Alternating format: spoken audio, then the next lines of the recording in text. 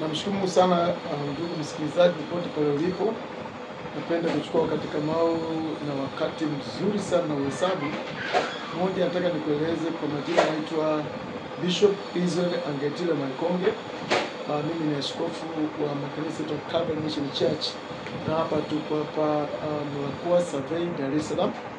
Nataka nikuambie tu mpendwa machache. Moja ni kuhusu huduma ambazo tunazifanya hapa kanisani. Tuna ibada siku za Jumatano saa 11 jioni mpaka saa 1, na pia siku za Ijumaa tuna ibada mzuri sana mahali hapa saa 11 pia mpaka saa 1 jioni, na hii inakuwa ni siku ya maombi. Tunafunga na kuomba na kuombea watu mbalimbali.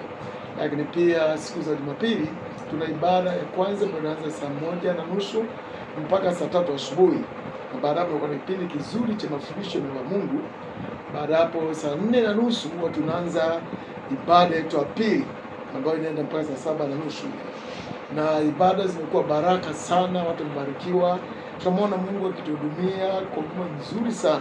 Kuna waimbaji wazuri, kuna choir Glory Singers, kuna kikundi kizuri cha kutuongoza kumsifu Mungu na kumwabudu Bwana.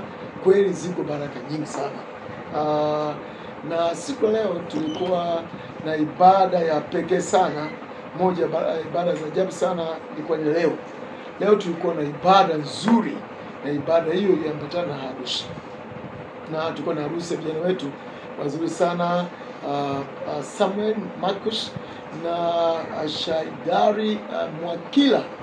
Vijana wamekuwa wazuri, wamekuwa baraka.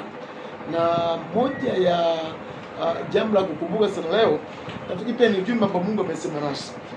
Ujumbe wale ambao Mungu alitupatia sana sana sana, ambao napenda pia ubarikiwe pale ulipo, ni juu ya uaminifu wa Mungu. Mungu kweli ni mwaminifu sana.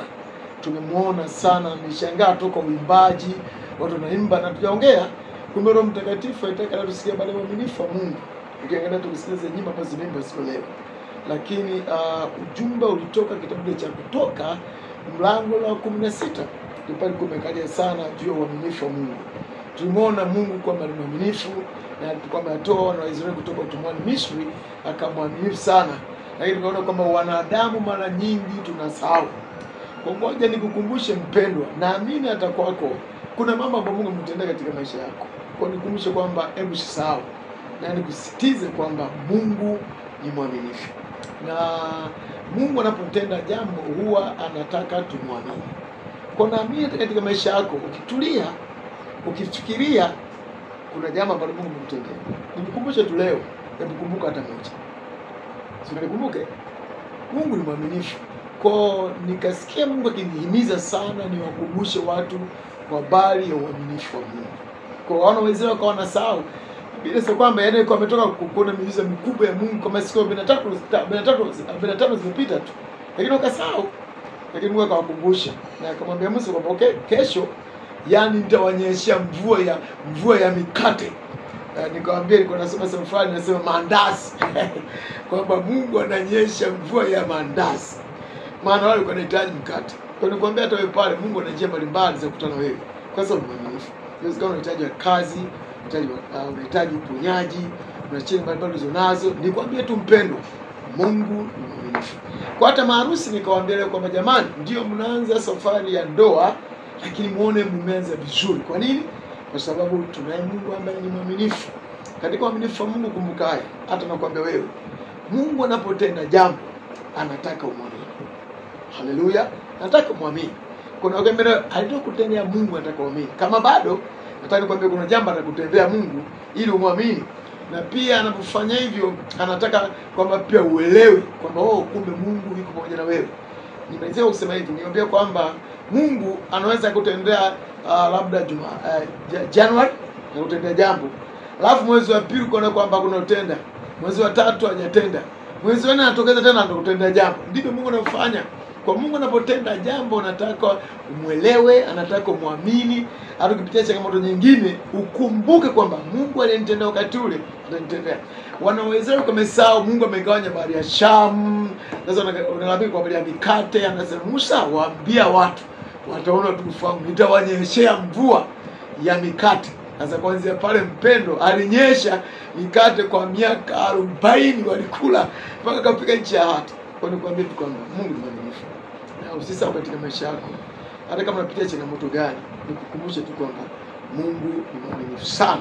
Na nimalizie tu kwamba Yesu katika Marko mlango wa 8 pale, mstari wa 17 pale mpaka 21 pale, Yesu kama ametenda miujiza, amewalisha watu 5,000. Sasa wanafunzi wakaanza kulalamika, tumesahau mikate. Akasema, nyie watu kweli hivi nyie hamuoni?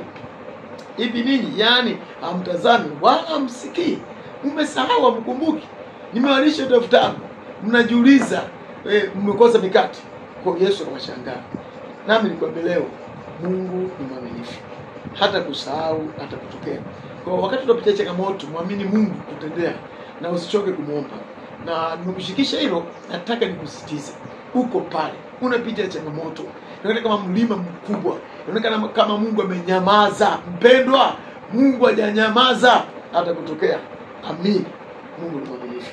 Kwa hiyo kama unataka maombi, naomba nikupatie namba zangu za simu. Wakati unaweza kunipigia simu kanishirikisha, tumwamini pamoja hata nikakuombea.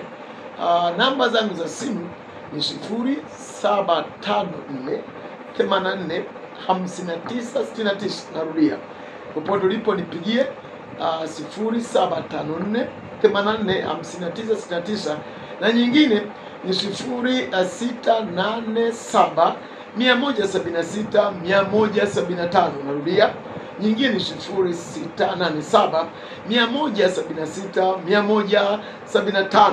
Mungu wa mbinguni akubariki sana na kusikiza. Usisahau, Mungu ni mwaminifu hata kwako, hata kusahau.